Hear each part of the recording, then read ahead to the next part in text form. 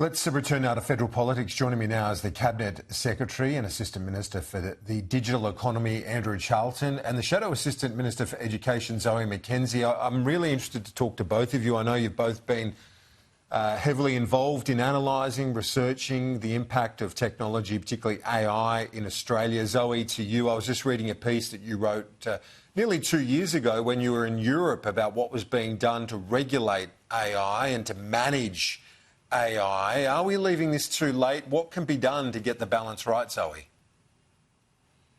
Well, to be fair, the EU, as you mentioned, did start moving a couple of years ago. They were having what you might call an early attempt to make sure there were some guardrails around the development of AI. That said, of course, it was appreciated at the time in that market it was having a depressive effect on our ability to invest and experiment and develop the full potential of artificial intelligence. The US has taken the opposite approach, which is to have no guardrails. And the question is what Australia, as a much smaller country, can effectively do. May I say, the Albanese government has been asleep at the wheel on AI. Until recently, it was really only Ed Husic, Andrew Leigh and indeed Dr Charlton with us today who knew anything about it. They've sort of discovered it in a big flash, which is exciting, but possibly a bit late. Although not as late, can I say, as the union movement, who are running around saying you've got to have agreements in place with the workforce before AI is introduced. It's already well and truly in our workplaces. Anyone who works at a desk with a computer would know AI is well and truly here and already replacing some Australian jobs. Andrew Charlton, as Assistant Minister for Science, Tech and the Digital Economy, and also I know before you entered Parliament, this has been a focus of yours. It brings a lot of potential, some saying 0.7% of national and international growth, multiples of that according to other estimates. What's your view on this? How much scope is there for productivity enhancements, but also how much risk? Well, thanks, Kieran, and thanks, Zoe. I agree with much of what Zoe has said about the potential of AI, which is truly enormous. This is a technology that has the potential to improve Australia's productivity, to grow our economy, to benefit our workers and benefit our communities if we get it right. You know, some estimates of the impact of AI have it being as significant as the invention of the steam engine or the introduction of electricity. This is an incredibly important technology, and it's critical that Australia captures the economic benefits of this technology. It's also critical that we share those benefits widely amongst our population. And we have to make sure we minimise the harms in doing so. Which is why I think it's so good that AI has been a focus of the lead up to the Economic Reform Roundtable. I was involved in a roundtable with a number of AI experts just yesterday talking about how we can work together as a country to make sure this technology benefits all Australians and that Australians are beneficiaries and not victims of AI. There's a lot of work to do, but we have very clear proposals now in place in order to take it forward. And as two individuals who've looked at this space closer than most, Zoe, I want to ask you something that's been playing on my mind on this one as well.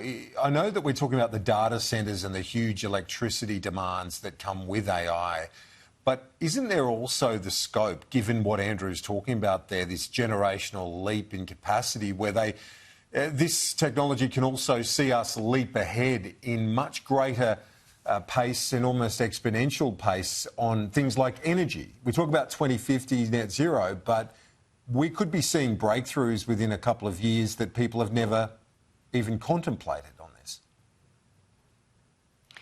The potential is truly remarkable of what artificial intelligence can do. And I admit 2 years ago when ChatGPT first appeared on the scene, I was nervous about what it meant for our education system, what it meant about the future of work, what it meant about good human critical thinking skills, the things that we think make up part of the human experience. But as we've now progressed now, and there are many, many large language models, and in fact they are getting faster and better by the minute, and their ability to solve quandaries like policy problems, like energy problems, like economy problems is remarkable. I met with a researcher from the ANU the other day who was using LLMs on multiple different platforms to hold each one to account.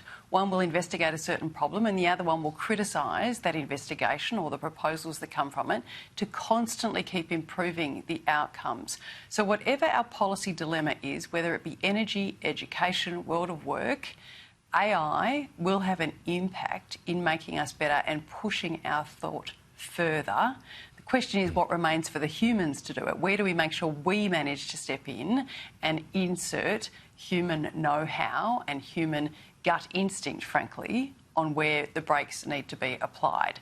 Those are decisions for now. They are decisions for the future as well. And the good news is we've got some extraordinary Australian researchers and technologists looking at exactly these issues. But in terms of energy, one thing is certain.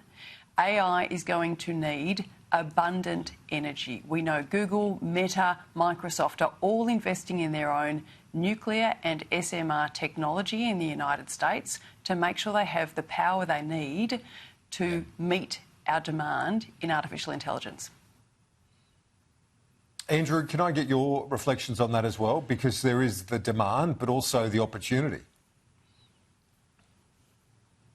Yeah, I think there's opportunities right across the economy. I agree with Zoe. There are enormous opportunities for AI to support our education system, to provide personalised, bespoke support for students in Australian schools. There's enormous opportunities, as Zoe said, for AI to improve our healthcare system, to do pieces of work in our healthcare system that make our healthcare system more efficient, make us all healthier. I'm even attracted to Zoe's idea of having AI help us with policy problems. Although, to be honest, Kieran, I'm not sure what ChatGPT would make of the Coalition's energy policy. That one might break the internet. But I think we do have scope to have an enormous number of positive changes in our lives from AI.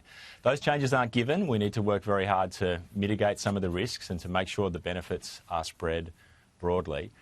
But first and foremost, this is how do you deal with the copyright question? Australians to capture and to have. Well, we're lucky in Australia in that we have an existing copyright system. And under that system, AI companies can access copyrighted material under licence. We have no plans to change that set of rules. But at the moment, the system is working well, and there are already licences that are being arranged around the world for AI to access that material. All right, and let's conclude then, if we can, on this issue that we've discussed many times. It's a sombre one because it remains such a tragic situation. The ongoing conflict, the hostages still being held in the tunnels under Gaza, and there's a real divide within Israel as well among former security chiefs, former Prime Minister that have written to Donald Trump urging him to influence Benjamin Netanyahu. Zoe, first to you on that. This is such a difficult issue, Kieran, and I think the revelation of photos last weekend of the condition of some of the hostages, there are 50 hostages that are still held in those tunnels in Gaza, reminded us all that the trauma of October 7, 2023 in the minds of Israeli citizens is ongoing. What happened that day is continuing in the tunnels of Gaza now. That was a good and appropriate reminder for all of us to know that to be talking about Palestinian statehood for so many Israeli people is vastly premature. They want their family members home. They want to feel safe in their homeland of Israel. We're all focused on what's happening in terms of the Palestinian people in Gaza and the desperate need to ensure aid is properly getting to civilians. And obviously we are collectively expressing that view. I expressed that view privately myself to the Israeli ambassador last week. So we must keep doing that, but not in a way, frankly, that fails to recognise that for the Israeli people, the trauma of October 7 continues to this day because hostages are still being held. Yep. Well, that is the reality, Andrew, Charlton. And at the same time, while Israel is winning and has won, according to many analysts, including Israeli analysts, have won the the war on the ground, they're not winning the information war, Andrew. Well, from the government's perspective, we have been laser focused on one thing, and that is not stunts, that is not politics, that is not announcements, that is not pictures. The one thing that the Prime Minister and the Foreign Minister have been entirely focused on is doing whatever Australia can do to deliver lasting peace, to end the conflict and provide a solution in the Middle East that delivers peace and prosperity to the people who live there. And it is a bipartisan position in Australian politics that that solution is the two-state solution.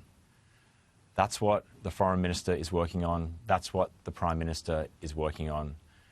Every word that they say, every action that they take is seeking to take us further and use every bit of Australia's power to take us closer to that goal. And that is, I think, a principled and appropriate approach for Australia to take. And I pay tribute to the Foreign Minister and the Prime Minister for being so focused on that outcome. Zoe, is it a bipartisan position? A two-state solution in the Middle East is a bipartisan solution. The question is whether we think it's wise that this government is openly canvassing a recognition of the Palestinian state at a time when we can't see that that's going to add to the prospects of peace, quite frankly. And you could reasonably deduce that it's rewarding Hamas for what they did on October 7 and, frankly, what they continue to do by holding 50 Israeli hostages. Andrew, Zoe's made that point, but it's been made by others today, and sometimes in more forceful language, including from Bridget McKenzie, who again says it's premature and rewards the terrorists. Well, the government has been clear that Hamas is a terrorist organisation and should play no role in the future governance of Gaza. We've also been clear that we are serious about this bipartisan approach to a two-state solution. We're serious about moving towards that two-state solution as the only way to deliver lasting long-term peace in the region. That's why the government is doing what it can, using every element of Australian influence to get there, and I think that's what both sides of politics should be focused on. Andrew, Zoe, I'll see you both next week. Thanks.